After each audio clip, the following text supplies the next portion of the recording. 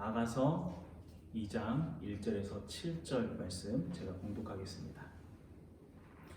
나는 사론에 수선하여 골짜기에 백합화로다. 여자들 중에 내 사랑은 가시나무 가운데 백합화 같도다.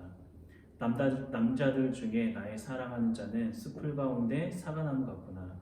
내가 그 그늘에 앉아서 심히 기뻐하였고 그 열매는 내 입에 달았도다. 그가 나를 인도하여 잔치집에 들어갔으니 그 사랑은 내 위에 깃발이로구나.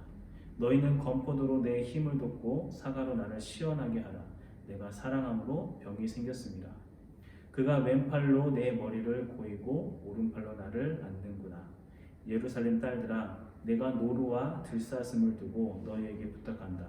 내 사랑이 원하기 전에는 흔들지 말고 깨우지 말지니라. 아멘. 먼저 설교 말씀 시작하기 전에 몇 가지 광고 말씀을 드리면은 2월 설날 명절 이후로 저희가 기도회를 시작하려고 해요. 저녁 기도회고 8시부터 9시까지 같이 기도회를 하려고 하는데 위치적으로 같이 참석하기 힘드신 분들은 그 시간을 기억하셔서 있는 자리에서 같이 기도해 주시면 되고, 또 함께 예배당에서 같이 기도회 할 수 있는 분들은 이곳 예배 장소에서 함께 예배 드리려고 합니다. 교회에서 예배 드리려고 하는데, 그때 이제 방송 장비나 이런 게 어떻게 가능할지 모르겠어요. 유튜브로 가능할지 아니면 그게 안 되면 줌을 통해 가지고 실시간으로 같이 공유하면서 기도회를 진행을 하려고 할 텐데 2월 한 달 동안 진행하려고 합니다. 또 기억하시고 그 기도회를 위해서도 함께 또 준비해 주시고 마음 다해서 같이 기도해 주시기 바랍니다. 그리고 또 한 가지 광고는 2월부터 이것도 마찬가지로 명절 이후로부터 수요 예배 그리고 새벽 예배를 이제 본격적으로 시작을 하려고 합니다. 수요 예배는 오후 7시 30분 그리고 새벽 예배는 새벽 5시에 이곳에서 예배를 드리게 됩니다. 이것 또한 가능하다고 하면은 실시간으로 인터넷 방송으로 올릴 수 있도록 예배 드릴 수 있도록 할 테니 함께 또 준비하시고 기도로 준비해 주시기 바랍니다. 자, 이제 말씀 함께 나누도록 하겠습니다. 오늘은 교회란 무엇인가 두 번째 시간으로 그는 나에게로 와서 꽃이 되었다. 그는 나에게로 와서 꽃이 되었다라는 제목으로 우리 하나님 말씀 함께 나누도록 하겠습니다. 그는 나에게로 와서 꽃이 되었다라는 이 제목은 김춘수 시인의 꽃이라고 하는 시에서 이렇게 따온 그런 제목인데, 제가 이 꽃이라는 시를 한번 쭉 읽어드릴게요. 한번 잘 음미를 한번 해보세요. 내가 그의 이름을 불러주기 전에는 그는 다만 하나의 몸짓에 지나지 않았다. 내가 그의 이름을 불러주었을 때 그는 나에게로 와서 꽃이 되었다. 내가 그의 이름을 불러준 것처럼 나의 이 빛깔과 향기에 알맞는 누가 나의 이름을 불러다오. 그에게로 가서 나도 그의 꽃이 되고 싶다. 우리들은 모두 무엇이 되고 싶다. 너는 나에게, 나는 너에게 잊혀지지 않는 하나의 눈짓이 되고 싶다. 어때요? 좀 감성이 올라오시나요? 이 시가 어떤 의미를 담고 있는지 간단하게 설명을 드리면은, 내가 그의 이름을 불러주기 전에는 그는 그냥 하나의 몸짓에 불과하지 않았다. 그러니까 내가 그 사람의 이름을 불러주고 그 사람의 존재를 인정해 주기 전까지는 그냥 그 사람은 그냥 흔해 보이는 여느 존재들과 다름없는 의미 없는 존재였다. 그런데 내가 그의 이름을 불러주었을 때 그는 나에게로 와서 꽃이 되었다. 즉 내가 그의 이름을 불러주고 그의 존재를 알아주고 인식해 주었더니 그는 의미 있는 존재가 되었다. 꽃과 같은 존재가 되었다. 이런 뜻을 가지고 있습니다. 좀 더 쉽게 이야기해서 한 가지 예를 들면은, 제가 여기 이게 성경책이 있잖아요. 성경책 어디서든 그냥 돈 주면 살 수 있는 그런 성경책일 거예요. 그냥 얼마 정도 값만 지불하면 지불하면서 살 수 있는 그런 성경책인데, 만일에 이 성경책이 제가 정말 존경하고 사랑하는 어떤 목사님이 아주 훌륭한 목사가 되라고 저에게 유품으로 넘겨줬던 성경책이었다. 그렇게 하면 어떨까요? 그때도 이 성경책이 그냥 어디서든 흔히 살 수 있는 그런 성경책으로 동일하게 여겨질까요? 그러지 않겠죠. 의미가 담겨지는 거. 의미가 담겨지는 순간 흔해 보이는 이 성경책이 굉장히 특별한 성경책이 된다는 거죠. 이와 마찬가지로 이와 마찬가지로 이 김춘수 시인의 꽃이라는 시에서도 이 비슷한 이야기를 하고 있는 거예요. 내가 그의 이름을 불러주기 전에는 그는 그냥 하나의 몸짓에 불과했다. 그런데 그가 나를 알아봐주고 나에게 존재, 어떤 의미를 부여했더니 내가 아름다운 꽃이 되었다. 의미 있는 존재가 되었다.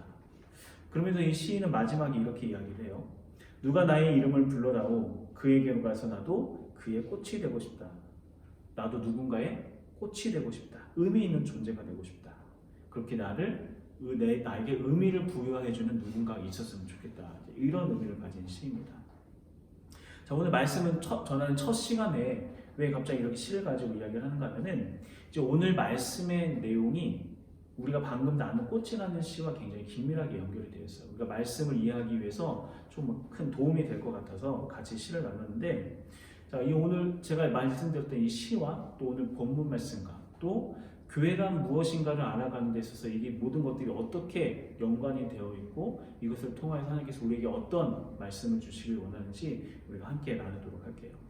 우리가 저번 시간에 아가서를 처음 시작하면서 솔로몬 왕과 술람미 여인의 사랑의 이야기를 우리 함께 살펴봤습니다.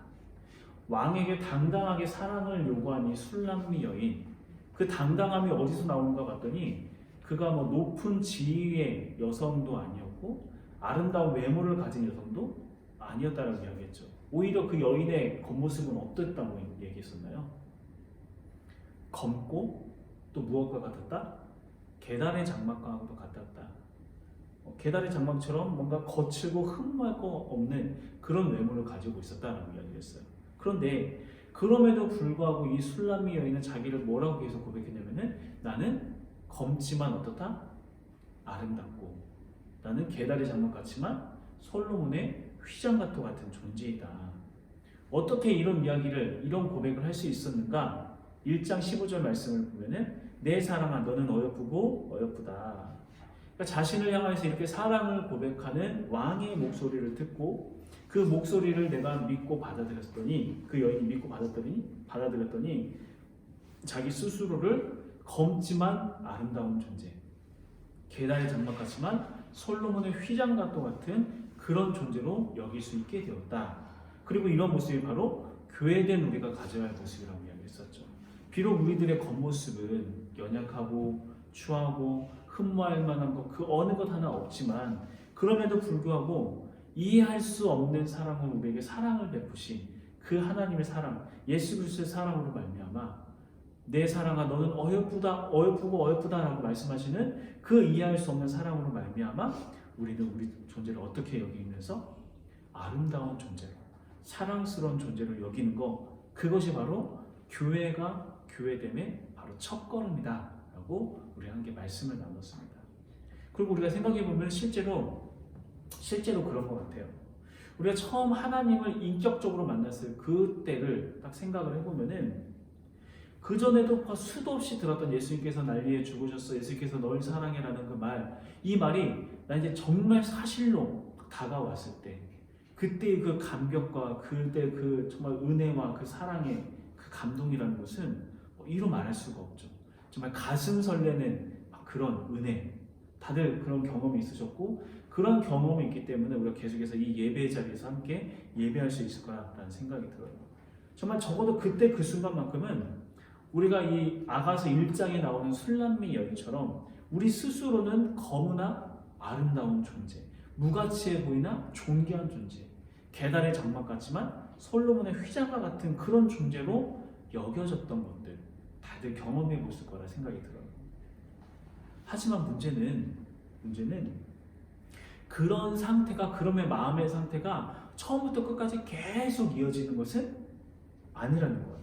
분명 그 사랑 때문에, 그 놀라운 사랑 때문에 감격하고 기쁘고 행복했는데, 그런데 우리가 누린 그 은혜와 상관없이 또다시 우리들의 마음이 다시 쭉 가라앉을 때가 분명 있다는 거죠. 보통 어떨 때 그런 일이 일어나는가? 우리가 은혜를 경험했는데도 불구하고 우리들의 삶의 현장이, 삶의 모습이, 삶의 문제가 변하지 않고 여전히 그 모습, 그 모양 그대로 있을 때, 여전히 막막하고 쉽지 않은 환경 그냥 그대로 있다라는 거예요. 우리가 거듭남을 경험했다고 하더라도 뭐 우리가 가지고 있는 모든 문제가 갑자기 막 사라지는 게 아니라는 거죠. 은혜를 받아도 예배를 들어도 말씀 속에서 위로를 받아도 그럼에도 불구하고 우리들의 삶의 현실의 문제는 여전히 그 모양 그 모습 그대로 남아있다는 거예요. 그러한 그 삶의 현장 속에 들어가서 또다시 그런 막막함 속에 딱 부딪혀 보면은 마치 막 이런 것과 비슷한 것 같아요. 어떤 때는 그냥 하나님의 그 사랑, 하나님과 막 사랑의 관계를 은혜를 누렸던 그게 그냥 꿈이었나? 그냥 어떤 내 감정적인 어떤 그냥 한순간의 그런 것들이었나? 이렇게 여겨지는 거. 마치 신데렐라가 궁궐 속에서 왕자님과 막 행복한 시간을 막 보냈음에도 불구하고 12시만 되면 어떻게 돼요? 어떻게 해야 돼요? 다시 누더기를 거치면서 살아갈 수밖에 없는 그 삶의 현장으로 돌아가서 그냥 또 근근히 그냥 그렇게 비참한 삶을 살아가야 하는 것처럼 우리들 역시 마찬가지로 이곳에서 예배를 드리면서 말씀 속에서 큰 은혜를 받았음에도 불구하고 또 삶의 현장으로 들어갔을 때는 마치 신데렐라처럼 마법이 풀린 것처럼 아유 또 그냥 이런 삶 또 살아야 하는 거구나, 변하는 게 없구나, 그러면서 우리가 받은 은혜조차 그 은혜 그 기쁨조차 점점 사그러져 가는 그런 일들 있지 않았는가. 자, 그런데 오늘 본문 말씀 속에서도 이 본문에 나오는 술람미 여인도 우리와 동일한 감정을 느끼고 있다는 것을 우리가 말씀을 통해 보게 됩니다.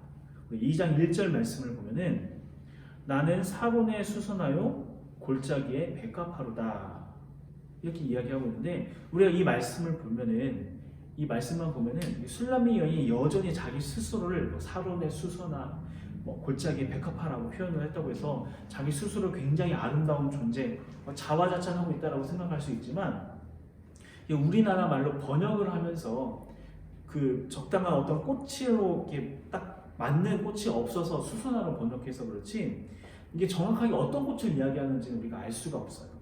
다만 확실한 것은 여기서 나오는 이 표현 사론에 수선하여 골짜기 백합하로다 하는 것은 사론이라고 하는 그 평야에 그냥 무수히 피어있는 이름 없는 꽃들, 그런 꽃들을 가리키고 있는 거예요. 백합화라는 거 역시 마찬가지로 우리 백합화 하면은 우리나라에서 딱 보는 뭔가 이게 고귀해 보이는 막 하얀색의 막 이렇게 뭔가 도도해 보이는 그런 꽃을 생각하지만, 수선화와 마찬가지로 그냥 어디서나 흔히 볼 수 있는, 이스라엘에서 흔히 볼 수 있는 들꽃을 이야기하는 거거든요. 그러니까 술람미 여인이 자기 자신을 나는 수선하여 골짜기 백합화라고 이야기했다는 것은 나는 그냥 어디서나 흔하게 볼 수 있는 그냥 들꽃과도 같은 그런 존재입니다. 이렇게 자기를 이야기하고 있다는 거죠. 그냥 나는 그냥 어디서나 볼 수 있는 평범한 그냥 그런 여자 중에 하나일 뿐입니다. 자, 술람미 여인이 왜 이렇게 자기를 이야기하는 걸까요?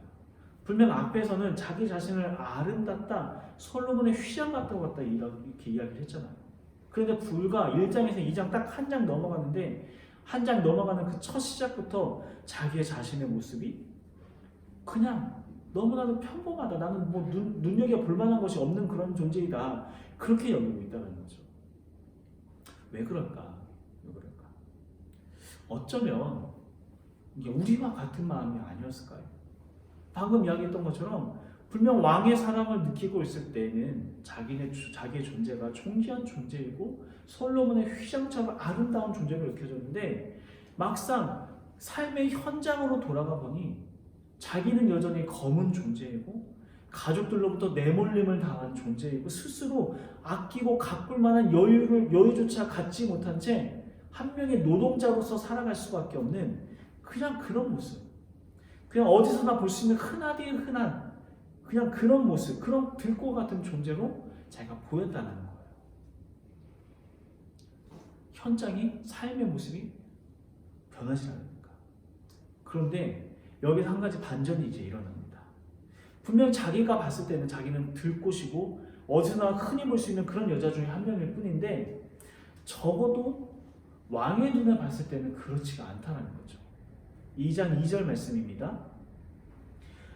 여자들 중에 내 사랑은 가시나무 가운데 백합화 같도다. 나는 그저 골짜기에 수없이 피어있는 두코가도 같습니다 라고 이야기하는 그 술람미 여인을 향하여서 왕이 뭐라고 이야기하고 있어요? 아니, 당신은 그렇지 않아요. 당신은 여자들 중에 내 사랑은 가시나무 가운데 백합화 같습니다. 그러니까 왕은 술람미 여인의 그 말을 빗대어서 이렇게 이야기하는 거예요. 만일 당신이 들에 핀 수많은 백합화 중에 하나라고 이야기한다면, 그렇다면은 당신 주위에 있는 다른 여자들은 가시나무 같은 존재예요. 그러니까 당신은 다른 누구와도 비교할 수 없는 아름다운 여인입니다. 이렇게 이야기를 하고 있는 겁니다.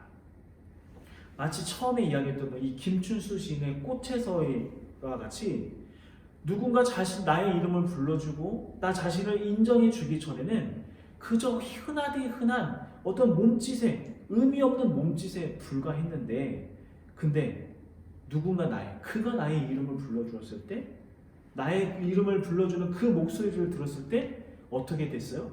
그 몸짓은 더 이상 의미 없는 몸짓, 흔하디 흔한 몸짓이 아니라 누군가에게 꽃과 같은 존재가 되어서 의미 있는 존재가 되었다는 거죠.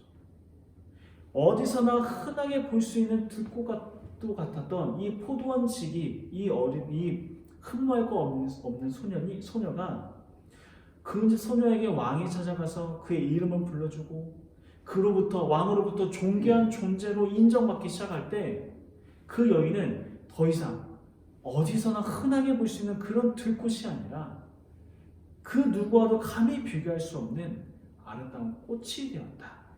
이런 이야기를 하고 있다는 거예요. 그리고 이렇게 왕의 말을 통하여서 의미 있는 존재로 변화되어진 술람미 여인은 이내 그 마음이 회복되고 이렇게 고백을 합니다. 3절에서 4절 말씀. 남자 중에 나의 사랑하는 자는 숲을 가운데 사과나무 같구나. 내가 그 그늘에 앉아서 심히 기뻐하였고 그 열매는 내 입에 달았도다. 그가 나를 인도하여 잔치집에 들어갔으니 그 사람은 내 위에 깃발이로구나. 자, 술람미 여인은 왕의 말을 듣고서야 다시 한번 자기의 존재 가치를 확인하게 돼요. 그리고 나서 다시 한번 깨닫게 됩니다. 나의 존재가, 나 자신의 존재가, 내가 이 존재가 존재된 것은 나의 특별함, 나의 능력, 나의 어떤 무엇으로 되는 것이 아니라 아무런 사랑할 만한 조건이 없음에도 불구하고 이해할 수 없는 사랑으로 말미암아 나를 사랑하는 그 왕으로 인해서 내가 가치 있는 존재가 되었구나. 그러면서 이렇게 이야기를 하는 거예요. 내가 그 그늘에 앉아서 심히 기뻐하였고 그 열매는 내 입에 달았도다. 내가 그 그늘에 앉아서 왕이 나를 위하여 준비하였던 그 그늘에 앉아서는 다시 그 기쁨이 샘솟아서 올랐고 그 열매는 내 입에 달았다. 그리고 나서 그러니까 내가 능력이 있어서, 내가 자격이 있어서 잔치집에 들어갈 수 있었던 것이 아니라 누가 나를 인도했기 때문에, 말씀을 보니까 그가 나를 인도하였기 때문에, 왕이 나를 잔치집으로 인도하였기 때문에 내가 그 자리에 참석할 수 있었던 거였구나. 이걸 깨닫게 되었다는 거예요. 그리고 특별히 우리가 4절 말씀에서 눈여겨봐야 할 구절이 있는데, 4절, 그가 나를 인도하여 잔치집에 들어갔으니 그 사람은 내 입에 깃발이로구나. 여기서 깃발이라고 하는 거, 자, 우리가 깃발을 꽂는다라는 거, 그게 어떤 의미가 있죠? 깃발을 꽂는다. 어떤 전쟁에서 승리했거나, 그래서 성을 정복했거나, 아니면 어떤 고지를 점령했거나, 그때 곧 그 깃발을 다 꽂게 돼요. 곧 이 성의 주인이 누구이고, 이 전쟁의 승리자가 누구인지, 그리고 이 지역이, 이 땅이, 이 성이 누구의 지배 안에 들어갔는지를 나타내 주는 것이 바로 깃발이 상징하는 거예요. 자, 그런데 이 여인이 깃발을 꽂았다는, 내 위에 깃발이로구나 라고 이야기를 했잖아. 자, 그렇다면은 이 여인을 정복한 깃발은 뭐예요? 그 앞에 나와 있죠. 그 여인을 정복한 깃발은 그 사랑. 왕의 사랑이 나를 정복했다는 거야. 왕의 사랑. 그러니까 현실의 벽 속에서 자기 스스로를 흔하디 흔한 들꽃으로 여기며 살아가던 그 여인이 왕의 사랑으로 말미암아서 정복되고 나니까, 왕의 사랑의 깃발이 자기의 그 마음의 중심 가운데 탁 꽂히고 나니까, 왕의 그 사랑의 다스림 속에 거하고 나니까 더 이상 그 여인의 현실의 벽이 그 여인을 들꽃처럼 의미 없는 그런 존재로 만들지 못하게 되었다는 것. 그 사랑이 지배하기 시작하니까, 그 사랑의 깃발이 마음속에 꽂히고 되니까. 그 전까지는 이 세상의 현실이, 내 눈앞에 막막한 현실이 그 여인의 마음을 다스리는 깃발로 있었는데, 그 깃발이 딱 휘쳐지고 뽑혀지고 왕이 그 사랑의 깃발로 내 가슴 속에 탁 꽂고 나니까 더 이상 그 현실의 벽이 나에게 문제가 되지 않았다는 거예요. 여전히 그 사랑 때문에 기쁨과 감사와 그 감격이 넘쳐 흐르게 되었다는 거죠. 이 모든 일이 어떻게 가능했어요? 그 사랑이 그 여인의 이름을 불러주었기 때문에, 그 사랑이 그 여인을 꽃으로 만들어줬다는 거죠. 특별히 우리는 이러한 그 술람미 여인의 모습을 통해서 우리의 교회의 본질에 대해서 다시 한번 생각해 볼 수 있어요. 교회를 구성하고 있는 우리들, 처음 이야기했던 것처럼 우리가 하나님을 인격적으로 만나고 그 은혜와 사랑을 깨닫게 되었을 때 우리는 스스로 존귀한 존재, 사랑스러운 존재, 그런 존재로 우리 스스로를 여기게 돼요. 나 스스로가 너무나도 존귀하구나, 사랑스럽구나. 그 이유는 단 한 가지죠. 예수님이 나를 이처럼 사랑하셨기 때문에. 하지만 그러한 감정적인 요소는 생각보다 얼마 가지 못해요. 우리가 은혜를 받았다고 해서 계속 교회에 머물러 있는 것이 아니잖아요. 예배 장소에 머물러 있는 것이 아니잖아요. 우리는 또다시 이 자리를 떠나서 삶의 현장 속으로 나아가야 하는데, 그 삶의 현장 속에서 살아가는 우리들의 모습은 또 여전히 들꽃과 같은 평범한 모습으로 살아가게 된다는 거예요. 그냥 평범한 모든 수많은 직장인 중에 한 명으로, 수많은 학생 중에 한 명으로, 수많은 주부 중에 한 명으로, 수많은 일하는 사람 중에 한 명, 그런 존재라는 거죠.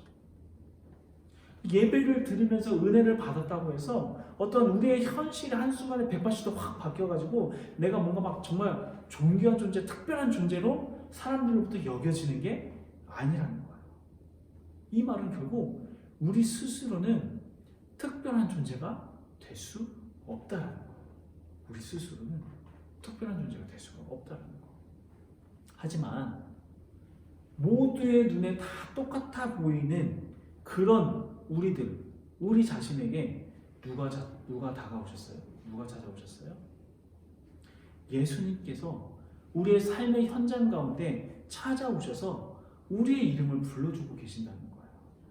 그리고 예수님의 그 입에서 우리들의 이름이 불리는 순간, 그 순간 어떻게 됐어요? 우리는 그냥 의미 없는 하나의 몸짓에, 그냥 의미 없이 일하는 그런 하나의 몸짓이 아니라 우리의 모든 일하는 거, 우리의 행동하는 것, 우리의 말하는 이 모든 것들이 의미 있는 꽃이 되었다는 거예요. 가시나무 가운데 백합화가 됐다는 거예요. 그에게로 다가가 꽃이 되었다는 거죠. 어쩌면 우리 포도원 교회 역시 마찬가지일 거라 생각이 들어요. 수많은 교회 중에 하나 여기 보여지겠죠. 저는 수많은 목사 중에 그냥 한 명의 목사, 여러분들은 수많은 성도 중에 그냥 한 명의 또 다른 그냥 성도일지 몰라요. 아니 어쩌면 그게 진짜 우리들의 정체성일 거예요. 수만 명의 목사들 중에 한 명, 수만 개의 교회 중에 하나. 그런데 중요한 것은 하나님께서는 그러한 우리의 포도원 교회를 그저 그런 흔한 하나의 어떤 교회로 여기고 계시지 않는다는 거. 적어도 하나님의 눈에는 그냥 수많은 교회 중에 하나, 또 하나 내가 그냥 세운 거야, 이렇게 여기시지 않는다는 거죠.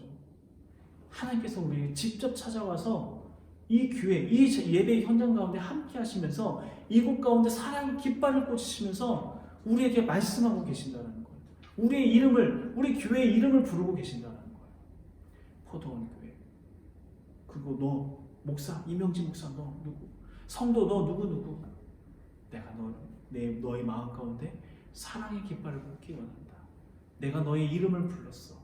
너는 이제 의미 있는 존재가 된 거야. 이 교회는 의미 있는 교회가 되는 거야. 우리에게 이렇게 말씀하고 계신다. 너희는 가시나무 가운데 백합화 같은 존재야. 넌 나에게 꽃과 같은 존재야. 이 음성이 들려지면, 이 말씀이 믿어지면 그러면 되는 거예요. 뭔가 우리가 더 엄청난 업적을 쌓아서가 아니라 어쩌면 더 놀랄만한 기적이 생겨나고 뭔가 막 부흥이 일어나서가 아니라 평범한 들꽃과도 같은 우리들을 부르시는 그 목소리를 우리가 귀로 듣고 마음으로 듣기 시작할 때 사랑의 깃발이, 하나님의 그 사랑의 깃발이 우리 교회 한가운데 꽂히고 그 사랑이 우리를 다스리기 시작할 때 우리는 세상의 그 어디에서도 존재하지 않는 그런 특별한 교회, 존귀한 교회가 되어지는 겁니다. 우리가 그런 교회가 되기 위해서 더욱더 간구하며 나아갈 것, 우리 이름을 부르시면서 우리를 특별한 존재로 여기시는 그 예수 그리스도의 음성을 듣고 그 사랑 가운데 거하기 시작하는 거예요. 우리의 그 평범해 보이는 일상의 삶 속에서 매일매일 하나님의 사랑을 기억하면서 사랑의 깃발을 우리의 마음 가운데, 마음의 정중앙에 갖다 꽂고 그 사랑을 강구하며 나아갈 때 우리는 더 이상 의미 없어 보이는 몸짓으로 살아가는 것이 아니라 우리가 예수님께로 다가가 꽃이 되어지는 것. 그리고 예수님께서 우리의 꽃이 되어주셨던 것처럼 그렇게 꽃과 같이 아름다운 존재로, 의미 있는 존재로 우리에게 주어진 일주일의 삶을 우리가 살아가면서 그 사랑에 붙잡혀서 그 사랑으로 말미암아 정말 주님 앞에서 존귀한 존재로, 나 스스로를 존귀한 존재로 여길 수 있을 만큼의 그 존귀한 존재로 살아가는 우리 모두가 되길 간절히 소망합니다. 자, 기도하겠습니다.